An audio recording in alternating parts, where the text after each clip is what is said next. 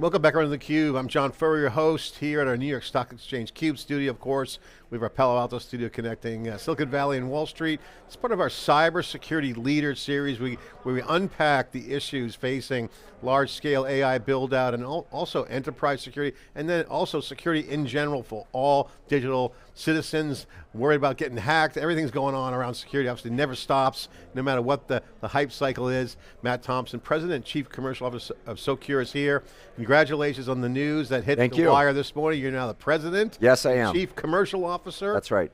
Formerly the CR, Chief Revenue Officer. That's right. Congratulations, and you guys got some great momentum, so congratulations. Yeah, we do. A lot of great momentum. AI is everywhere nowadays, and it's also being used by bad actors. And so Socure is in business really to help prevent fraud, protect people like you from having your identity misused across banking and government agencies and gaming. Virtually every industry has challenges when it comes to enabling digital trust. And Socure is at the heart of enabling that. You know, this is something that it's just every day, every one of us has a personal story. Just recently in my family, just this week, Wells Fargo account, well documented, good passwords. Okay, they had to close the account down, create some new ones. So there's constant innovations in the hackers and the bad actors. Absolutely. They're getting really good. Yeah, they are. With AI, so everything's still, potentially compromised. So what is the solution? How do you guys see it? Because this is an ongoing battle. Yeah, it is. And Socure is known for the pace of innovation that we're able to push out into the market. So, we're an end-to-end AI platform that's built the most comprehensive, most accurate models for predicting identity fraud risks. So predicting when bad actors are using your information to impersonate you online. And it is a constant game of cat and mouse. It takes a network and consortium approach to defeat the network of bad actors that are out there sharing how to manipulate your information, sharing your identity information, sharing where there are weak spots in the digital economy that they can attack. And Socure stands kind of in that spot to help protect you and protect those companies. Matt, talk about the news. Obviously, the promotion for you. Congratulations. That's a big role. It is pinnacle in my career. Growth opportunity for the company. Yes. What are some of the momentum stats? You guys released some recent momentum. Give us the data. We just shared tremendous growth. So we've had 6 consecutive quarters of outperformance on revenue growth targets, on new business booking targets, on operating profit, and so really excited to share that we grew 51% year over year in Q3 compared to Q3 last year. We're on track to book over $100 million of new business in this year alone. We're double-digit profitable at the moment, and we have a net dollar retention of 130%. And why that's significant is because not only do our customers buy Socure technology, they also expand the use of that over time. Because again, this problem of identity trust really permeates throughout organizations, and as we just talked about, it's getting harder and harder because of the bad actors. Talk about the growth strategy. What market are you guys targeting? Obviously, identity is a pretty broad stroke there from a targeting standpoint. It is. What are you guys going at? What's your market? Yeah. So today, Socure is really known as the gold standard in fintech. We have hundreds of fintechs. All the major fintechs use Socure to make sure you are who you say you are when you're enrolling in a digital account. All the big neobanks use us, as well as all the traditional financial institutions. So today we're used by 5 of the top 5 financial institutions. We also have a lot of major investors from Citi and Wells Fargo, Capital One. They're also investors in the company as well because they believe in the importance of the technology. But really our go-forward strategy is to expand and be the market leader, be the gold standard for every industry where trust matters globally. And that's a big, hairy, audacious goal, as we like to say. But we believe that we have the best products in the market, and we're expanding our commercial organization, which is part of my promotion, to help go get the rest of the market. So it's really a product-led growth story for you guys. So you nailed the identity with the hardest customers who have the highest bar of resilience. We did. I mean, you got the 5 of the 5 top financial institutions. I mean, they're security resilience bar Absolutely. is super high. It is. They use machine learning for fraud detection. I mean, they got all the state-of-the-art tools, so you guys cracked the code there. What was the secret sauce? I think it's one, working very collaboratively. So I also have time working at Capital One myself on the consumer identity team. So I've been inside of the banks and know how to kind of navigate and operate as a good partner to the big financial institutions. But it takes, honestly, it takes a lot of patience, to work through the processes with Well, you can't be wrong. You got to be right all the time. You can't be wrong, and so it takes a lot of work, a lot of dedication. But again, we know that that's where bad actors are focused on financial institutions because that's where the money is. So they're trying to use your identity to crack in and take out. It's like that's where the cheese is. Yeah, where the money is. Why rob a bank? Because that's where the cash is. Yeah. I love that line. But you mentioned Capital One. I've had the pleasure of interviewing Capital One many times at reInvent because of big Amazon cloud. And I know how complicated it is to get the data right, to do all either the big data inspection, whether it's from fraud detection. But now that you got this era of agents and now you have apps and you have delegation and trust, it's not just hitting an API anymore. It's a whole nother the ball ecosystem, game. the types of use Explain cases. why, what's the evolution of this new design criteria for ecosystem. Yeah, so, and again, that's a big part of our growth strategy right now moving into 2026 is what we call know your agent. So on the traditional human side, banks and financial institutions have had a requirement called know your customer. KYC is what it's commonly referred to. The new thing that we're solving for, Socure is at the center of working with a lot of financial institutions, payment networks to solve is called KYA, or know your agent. And agentic commerce is here. We already, it's not a coming thing, it's here now. And we have to figure out how can you delegate authority to an AI agent that then can go and do things on your behalf. And so the association, the identity relationship, protecting from fraud, because there's going to be a lot of agentic fraud happening, is central to enabling the future of trust in digital commerce. I mean, it's just another opportunity for the bad guys to get at the agents. I mean, agents bring up a new dimension because it's not just a chatbot. They're essentially workflow driven, domain specific, tied to an app. There's a lot of details in this. There's protocols involved. There's some developer frameworks that coders are coding away. So it's going to be a proliferation of agents coming. And with that, this governance and identity is the long pole in the tent. That's right. Explain why this is going to be a big, important design criteria for organizations, because the agents got to have some guardrails. They got to be steered in the right direction. That's right. They got to be managed on the tasks. The governance piece, if I could zoom out and just tie it to general trust again, which identity is the great enabler of trust, whether it's digital or in person. And so this is extending trust from humans to machines effectively, and how we enable that, how we govern that. And again, it's not just for consumers and agentic commerce, it's also internal. I manage multiple agents just like I manage multiple humans in my role as the president at Socure, and making sure that we're doing the identity and the trust connection and the governance around what I'm allowing this agent to do on my behalf, and keeping an audit trail of that and being able to revoke that. It's all the same identity controls that we have in place today for workforce identity or for enterprise identity and consumer identity. Matt, one of the things that people think about when they think of agents, they think, oh yeah, this agent's going to book my flight for me, go figure out, and sure, all those things. There'll be those, but a lot of the discussion, I just had this conversation with the CTO at Dell Technologies, John Rose, who and I were talking about this. Most of the agents will be behind the scenes, behind under the covers, doing stuff. Right, but you still need to establish that trust relationship. Yeah, talk about that. So regardless of how in front or in the background agents are, you still want to make sure that it's associated with you. It can do things that you've authorized it to do on your behalf.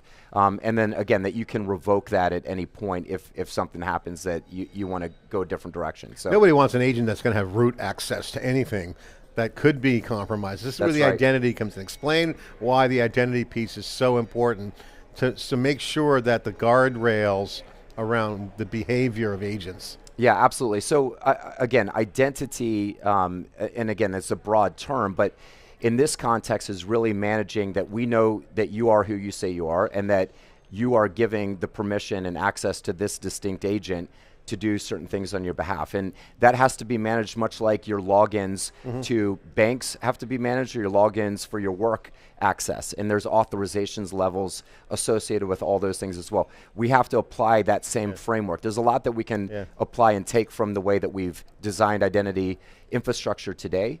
But again, we've got to be more adaptive because now it's human to machine. You know, what's interesting is you guys, it sounds like your strategy is you got your beachhead, you got the premier customer base, which we do. You got that. We have over 3,000 customers today, growing rapidly. Great customer base, which again, have a high bar. Now you're going to broaden that scope. We are. Sounds like that's going to be the case. A lot of the AI native apps are coming out, they're application specific. Right. Not so much built up from the DevOps side of right. So the classic SaaS. A lot of the lines of businesses are going to be doing the apps. That's right. So a lot of coding assistance, so a lot more stuff's going to be coming online. How should an enterprise think about their action plan to make sure that they have agents that are delivering value? Because the other side of the agent market is that with these AI factories and large scale infrastructure, whether it's cloud or on-prem, it scales fast. So value scales fast, but so does problems. Yeah, and I think the flip side and our responsibility in this is really to figure out how to scale trust quickly as well. So I mean, yes, the pace of innovation and the pace of new apps that are coming out is faster than it's ever been before. We have to make sure that identity infrastructure, the trust infrastructure that powers these things, can scale equally as fast. The fintech side, you mentioned the fintech market. One of the things going on there, obviously with the DeFi and the TradFi, we're seeing the crypto success, stable coins. We've been covering that on our Crypto Trailblazer program. Oh, great. Is that you got this new world where new transactions are happening, right? And banking rails are now built in. You have all this plumbing. What is the number one concern people should think about when they say, okay, how do I design my system? So obviously the banks are kind of well ahead. They have their IQs pretty strong. Sure. But an average enterprise, they got a lot of IT. They've had identity systems, and AI agents will allow for some new configuration, autonomous capabilities, a lot more wiring up of stuff in these enterprises. You guys play a key role in that. How should people think about that design? Yeah, I don't want to overuse the concept of trust here, but again, I think designing for trust, because at the end of the day, you as a human are only going to go to an interface with things that you feel are trustworthy, right? So going back to, you have a degree of confidence that banks or mature fintechs are protecting your information, protecting the assets that you have associated with them. I think if we start just putting out a lot of AI native applications that the people behind developing those aren't thinking about how do we maintain trust with the people that we want to use those, they're not going to get the adoption and the scale. How are your customers thinking about the trust? I guess my question would be, how is digital trust? Because again, crypto brings physical and digital together. That's right. That's the convergence, we're seeing that. That's right. Digital currency, digital behavior. What's the definition of digital trust today? What's changed the most? If you could put your finger on the pulse there, what would it be? So I've been in this space and working on this problem of digital identity for the past 15 years, ever since I got out of the Army. And I can say firsthand, having built these systems, or as I mentioned, I work at Capital One and was responsible for the identity infrastructure we had. It's gotten a lot harder. AI, as I said at the outset, really has enabled fraudsters and bad actors to really democratize sophisticated attacks and really rapidly scale and adapt their attacks of these systems. So I think it's, I would say digital trust today, now more than ever, has been under attack by very sophisticated cyber criminals. And so the good guys, if you will, people trying to provide legitimate services, they have to be more resilient than ever. They have to be really working with AI technologies like Socure to fight the AI bad actors.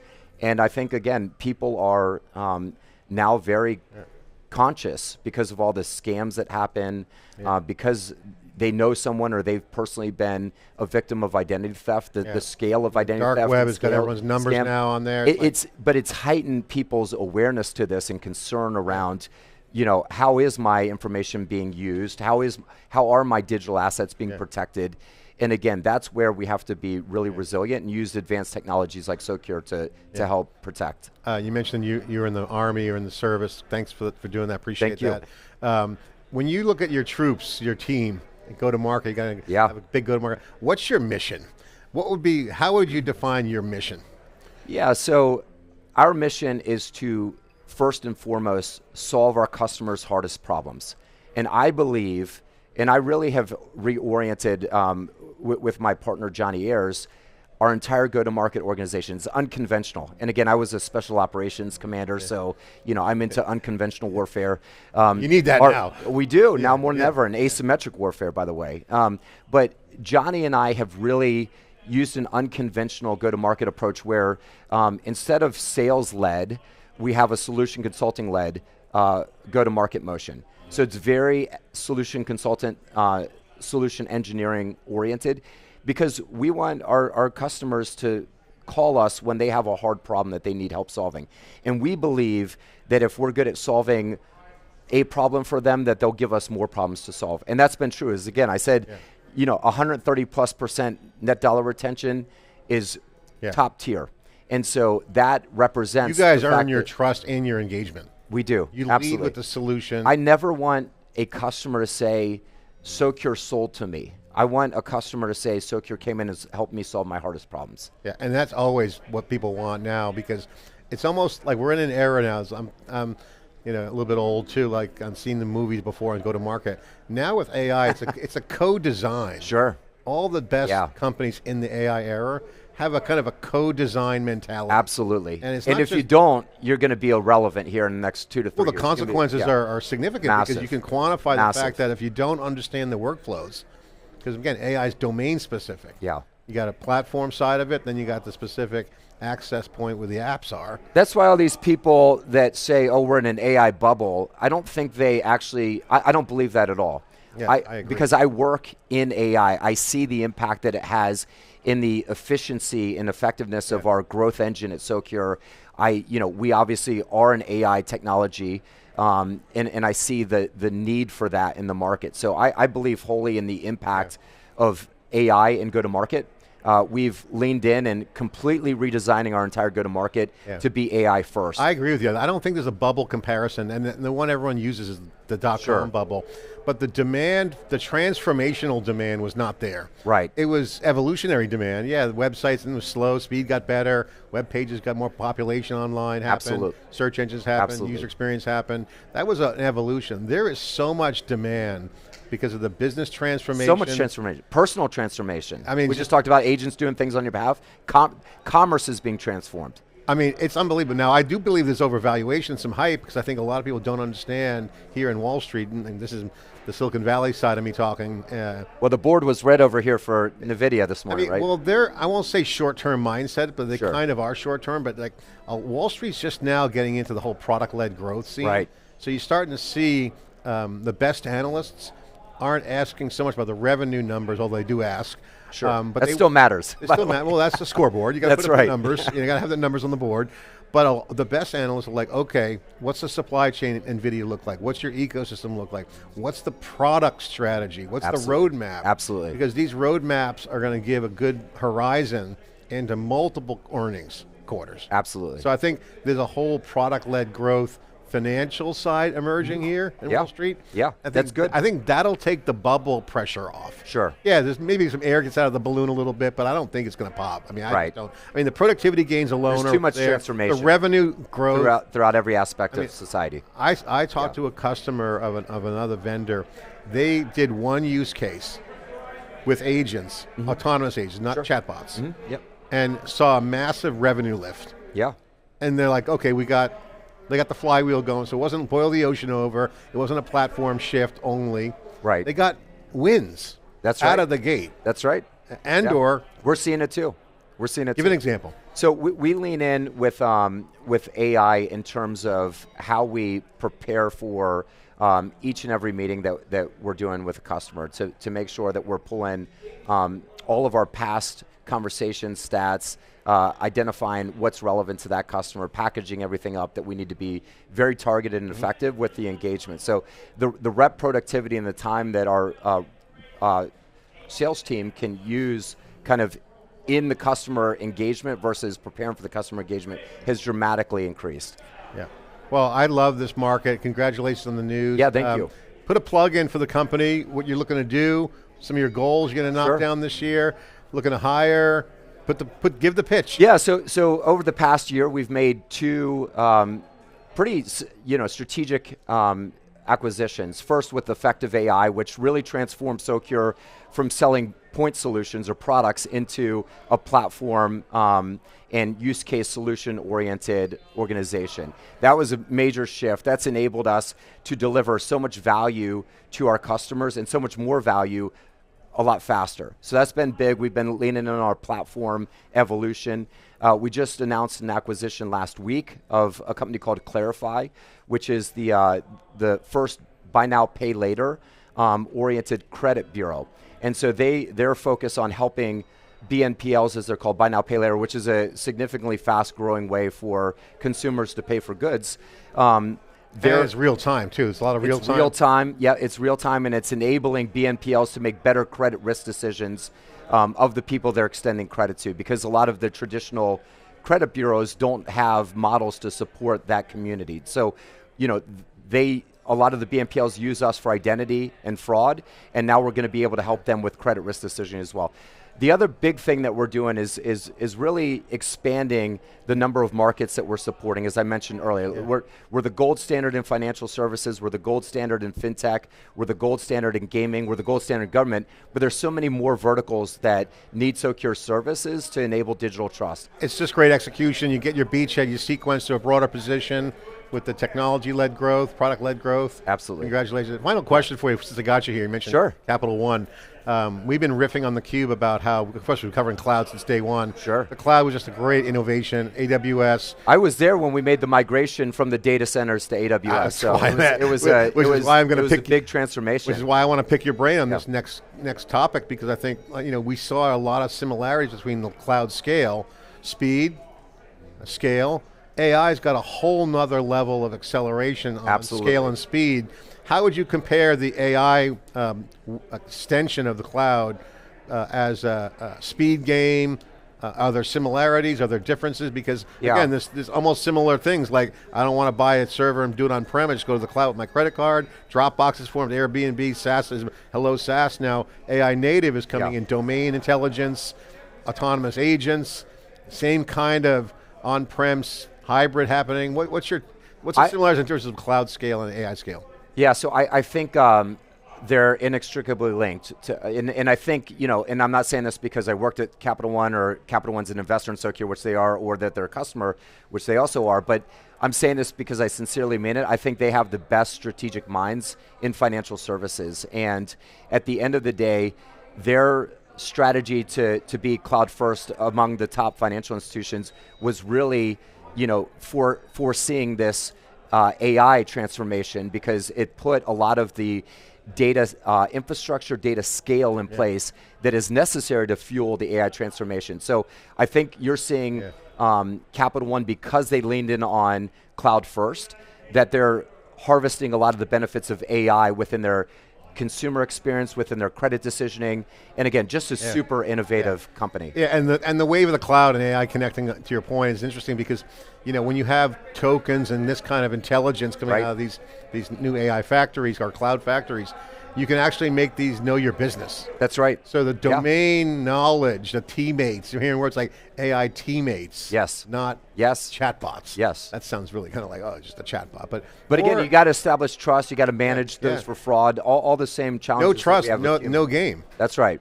Thank you so much for coming in. Congratulations. Thank you. Again, cybersecurity, one of the hot areas continues to be with AI. One, more surface area, more ways to attack, but more importantly, the value creation and extraction in AI is going to create huge opportunities. We get it right with governance and identity, and then the world's your oyster. So we're doing our part to bring that to you here on theCUBE at our NYSE studios. I'm John Furrier, host of theCUBE. Thanks for watching.